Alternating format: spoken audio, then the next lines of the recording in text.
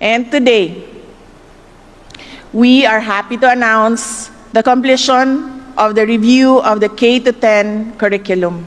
And we are also happy to announce that today we officially launch the K-10 curriculum, and we called it the Matatag curriculum. Started during the time of former DepEd Secretary Liling Briones under the Duterte administration. The review was an extensive and painstaking process that demanded the collaboration of education stakeholders. The review and revisions fulfilled the Department of Education's pledge to evaluate the K-12 program following its initial implementation. The curriculum's component covering senior high school program is currently being reviewed. Among the revisions in the K-10 program include reducing the number of competencies. DepEd will give greater emphasis on the development of foundational skills such as literacy, numeracy, and socio-emotional skills to our kinder to grade 3 learners.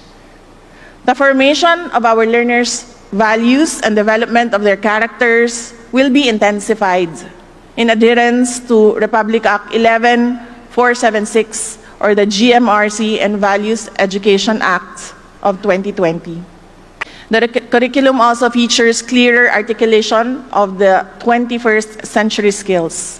This next feature holds a very special place in my heart. The new K-10 curriculum will integrate peace competencies, highlighting the promotion of nonviolent actions and the development of conflict resolution skills in our learners. For after all, there is security if there is peace. This curriculum will be integral to DepEd's Matatag agenda, unveiled in January this year. DepEd's track remains to be fundamentally illuminated by the wisdom of our slogan, Matatag, Bansang Makabata, Batang Makabansa. Meaning, DepEd's programs and reforms are intentionally tailored to produce competent, job-ready, active, responsible, and patriotic citizens. I want to thank Secretary Liling Briones for her bold action and leadership. Binuksan ni Sec Liling ang daan ng pagbabago na tinatahak natin ngayon para sa ating mga mag-aaral. Pursuing these reforms has been marked by foresight and demonstrated DepEd's desire to change the learning landscape of the Philippines for the sake of the future of our learners. Let me emphasize that the new curriculum is a labor of love between the Department of Education and international and local academics, the private sector, government agencies, and education stakeholders. It is designed to help improve the learning outcomes of our children and help them succeed in life. We are optimistic that this will provide our children with a meaningful learning experience that will boost their intelligence, improve their knowledge, enhance their skills and talents, and prepare them to become well-rounded, mature individuals. Allow me please to elaborate and walk you through the Matatag curriculum, which is now at the heart of the Department of Education. MA stands for Makabagong Curriculum na Napapanahon. The knowledge that we are offering our learners should be relevant, and the skills being developed are applicable and responsive to the demands of a world that constantly evolves. But while doing this, our Matatag curriculum will reintroduce the basic foundation of education to our learners, the literacy and numeracy competencies. The Matatag curriculum will ensure that in our schools, learners will master their literacy and numeracy skills. But we also hope that in their homes, our young learners will get additional coaching and teaching from the adult members of the household. We encourage families to revive the culture of coaching at home to complement our school-based efforts. Ta stands for talino na mula sa isip at puso. It is important that our learners are mentally prepared to face the challenges of the world, and equally important that they are also emotionally ready to navigate its complexities. We shall promote a balance between intelligence of the mind and maturity of the heart.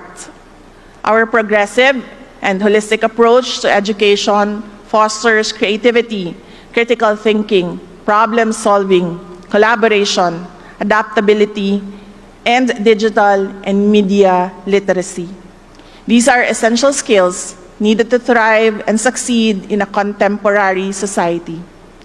However, we understand that genuine and lasting wisdom is a matter of the heart. We shall cultivate in the hearts of our learners the values necessary for developing their characters so that they become responsible, compassionate, and better individuals. Ta stands for tapang na humarap sa anuman ang hamon sa buhay. We will harness our deep sense of identity as Filipinos in facing uncertainties and adversities as a nation. From this streams our courage and strength, resilience, and readiness to unite with other Filipinos to take on any challenges that demand collective actions. Additionally, from this, we hope to witness our learners grow into patriotic citizens. G stands for Galing ng Pilipino, Nangingibabaw sa Mundo. We aim to produce learners who are ready and equipped with the necessary knowledge and skills needed for them to shine on the competitive world stage. The Filipino diaspora is characterized by various realities. But ultimately, Filipinos would always find a way, not only to fit in, but also to claim the spotlight of excellence, inspiring national pride. Meanwhile, the Matatag curriculum will be brought to all Filipino learners. It will serve as the core curriculum for all learners, catered to by various inclusion programs such as the Indigenous Peoples Education Program, the Madrasa Education Program, Special Needs Education, and the Alternative Learning System. Today, we officially introduce the Matatag curriculum to you. It is a significant leap towards a better, more promising future for our learners. It offers a glowing promise in our campaign to improve the country's basic education as it brings to life our dreams and aspirations for our learners and our country. But it demands the extraordinary dedication, commitment, support, and resolve of our education stakeholders. I call on all teachers and all school officials across the country to ensure the efficient and effective implementation of the program. Let the Matatag curriculum become a testament to our faith, love, hard work, and hope for our children's future. Together, let us embrace this transformative change for our children, for their future. Let me just thank the curriculum and teaching strand of the Department of Education for the sleepless nights, the hard work, and all the stress that we caused the curriculum and teaching strand.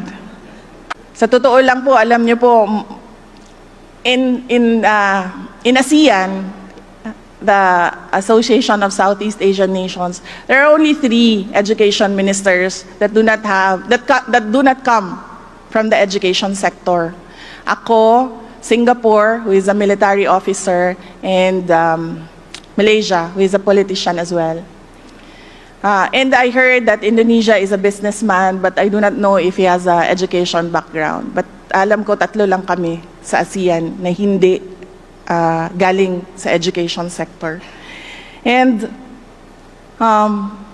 para na akong sirang plaka paulit-ulit sa curriculum and teaching. Yung tanong ko paulit-ulit na hanggang tumaas na ang blood pressure ni Yusek Gina Gonong. And at one point, this was last week, no? And at one point, medyo kinabahan na ako kasi baka ma-stroke. Kasi she was really saying na okay na yan, inireview namin yan, inulit namin yan. Sabi ko, ang gusto ko kasi hindi Pilipino. Gusto ko kapag sinabi mong matatag curriculum, pag nag-benchmark ka at tumingin ka sa ibang bansa, pareho. Kung ano yung natututunan ng mga magagaling na mga bansa sa edukasyon, ganun din yung natututunan ng ating mga learners. Paulit-ulit yan. And I think I caused her so much emotional stress. But it is all good. You had your check-up, no? Yes. She did her. And then I felt guilty kasi alam ko isa ako sa nag-cause ng stress sa kanya. Because I do not come from the education sector. I do not have an education background. So I cannot review what they are doing. And I rely on their expertise and all the stakeholders who did the review. So ang magawa ko lang very well, admittedly, is magpukpok talaga ng tao to drive a person to do what they are supposed to do.